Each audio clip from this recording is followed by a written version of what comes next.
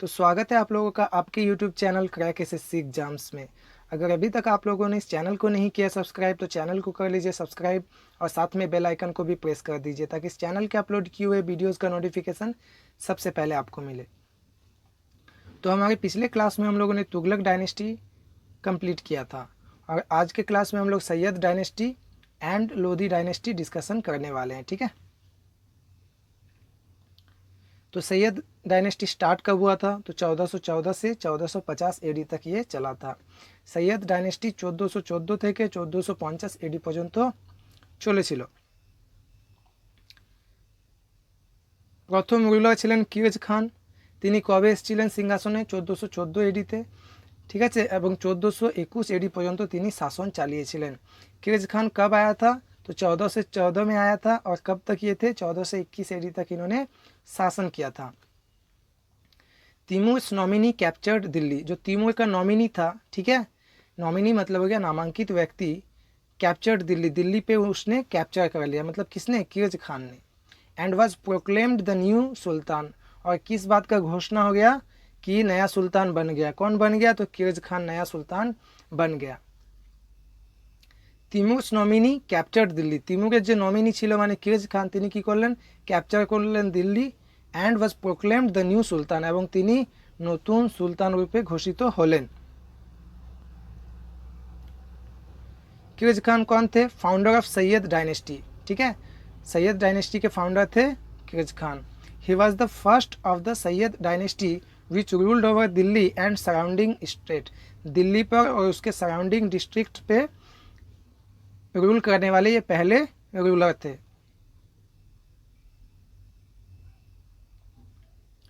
उसके बाद कौन आए? उसके बाद आ गए मुबारक शाह। कब आए थे? 1421 एडी में आए थे। ठीक है, कब तक इन्होंने शासन चलाया? तो 1434 एडी तक इन्होंने शासन किया था दिल्ली सल्तनत पे।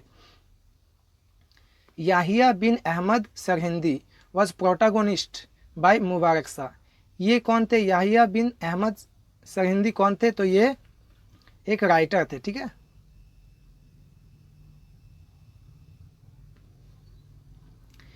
इंडियन इस्लामिक राइटर,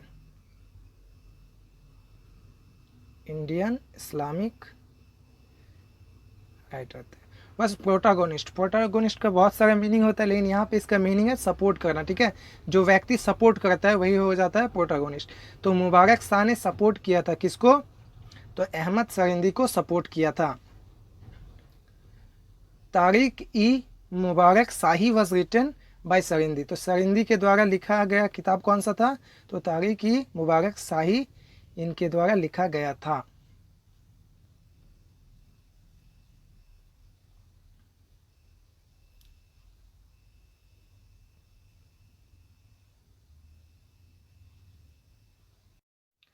उनके बाद सिंहासन पे कौन आया? तो उनके बाद सिंहासन पे आया मोहम्मद शाह।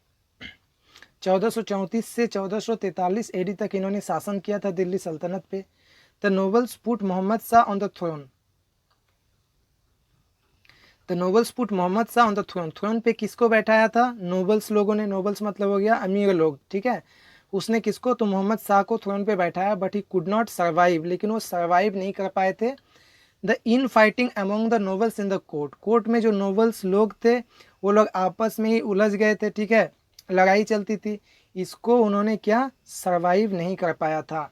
ही was authorise to rule only a meagre area around 30 miles. उनको शासन चलाने के लिए सिर्फ 30 माइल्स का एक इलाका मिला था। एंड रेस्ट ऑफ द सल्तनत वॉज रूल्ड बाय नोबल्स। और जो बचा हुआ हिस्सा था पूरा दिल्ली सल्तनत का, उस पर कौन शासन चलाते थे? तो नोबल्स व्यक्ति लोग। ठीक है, तो उसके बाद सिंहासन पे कौन आ गया? उसके बाद सिंहासन पे आ गया अलाम शाह। ये कौन थे? ये सैयद वंश के लास्ट किंग थे। Descended in favour of Bahlol Lodhi. ये किसके फेवर में आया था? बहलोल लोधी के फेवर में आया था। एंड रिटायर्ड, और इसके बाद खुद ही इन्होंने रिटायरमेंट ले लिया था। दस बिगेन द लोधी डायनेस्टी। ऐसे ही कौन सा डायनेस्टी का स्टार्ट हो गया? लोधी डायनेस्टी का। विच वॉज कॉन्फाइंड, कॉन्फाइंड मतलब हो गया सीमित। जो कहाँ तक सीमित था? दिल्ली तक सीमित था। And a few surrounding areas, और इसके आसपास के कुछ एरिया भी इसमें शामिल थे। ठीक है, ऐसे ही कौन सा डायनेस्टी का स्टार्ट हो गया? तो लोधी डायनेस्टी स्टार्ट हो गया। कब से कब तक चला? 1451 एडी से 1526 एडी तक चला था ये। इस डायनेस्टी का पहला रूलर कौन था? तो बहलोल लोदी। ठीक है, ये कौन थे? तो ये फर्स्ट अफगान रूलर थे दिल्ली सल्तनत के। He founded the Lodi dynasty. Lodi dynasty का फाउंडर भी यही थे। He introduced new copper coin which was famous as Bahlol coin. इन्होंने एक नया कॉपर कॉइन का इंट्रोडक्शन किया था। ठीक है, इंट्रोड्यूस किए थे इन्होंने। नाम क्या था इसका? बहलोल कॉइन। और बहलोल लोदी के बाद कौन आ गया? तो बहलोल लोदी के बाद आ गया Sikandar Lodi. Sikandar Lodi was the son of Bahlol Lodi. तो बहलोल लोदी का पुत्र था कौन? सिकंदर लोदी।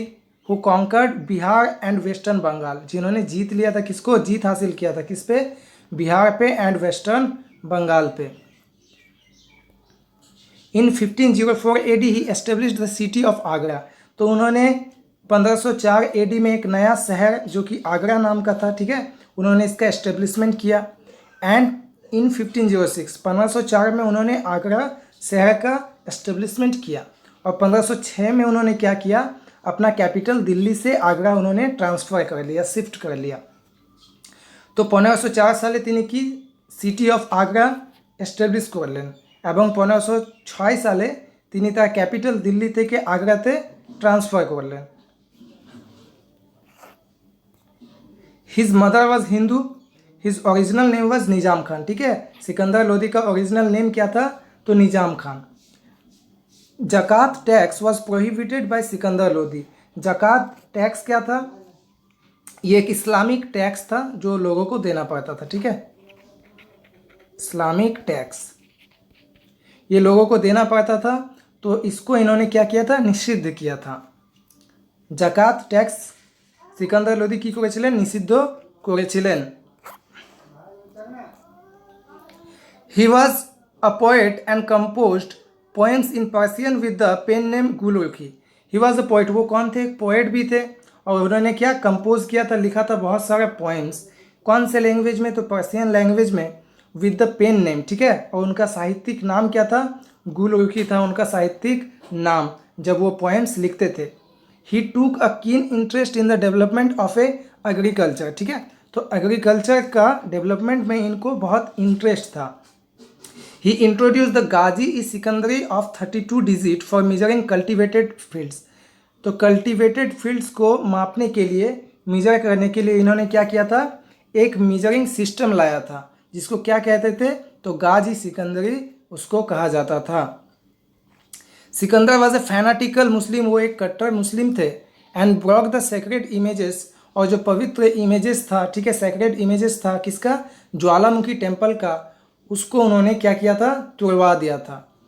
एट नागरकोट, जो कि कहाँ स्थित था? नागरकोट में स्थित था। And order the temples of Mathura to be destroy. और ऑर्डर किया था कि मथुरा का जो टेम्पल्स है उसको भी डिस्ट्रॉय कर दिया जाए। टोम्ब ऑफ सिकंदर लोदी, ये क्या है? सिकंदर लोदी का ये मकबरा है। ठीक है, ये स्थित कहाँ है? ये आगरा में स्थित है। And it has a double dome, और इसमें डबल गुंबद है। सिकंदर लोदी के बाद सिंहासन पे कौन आ गया? इब्राहिम लोदी। ही was the last king of Lodi dynasty. Lodi dynasty के अंतिम किंग थे ये। कौन? तो इब्राहिम लोदी।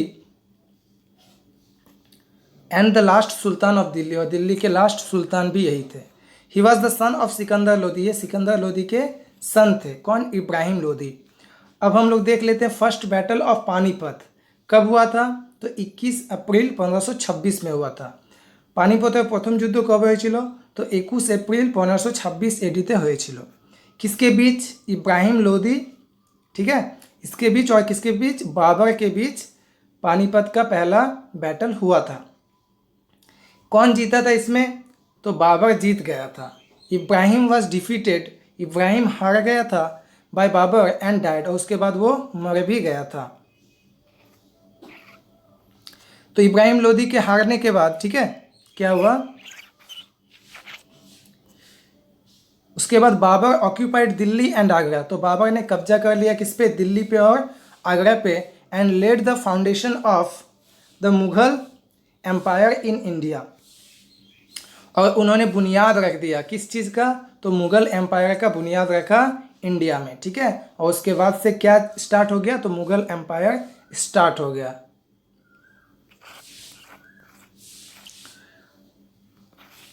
तो आज हम लोगों ने Syed dynasty and Lodhi dynasty भी कंप्लीट कर लिया। ये क्लास आपको कैसा लगा आप कमेंट में बताइएगा। अगर आपको अच्छा लगा ये क्लास तो प्लीज़ अपने दोस्तों के साथ शेयर कीजिए वीडियोस को, एंड लाइक एंड सब्सक्राइब कीजिए।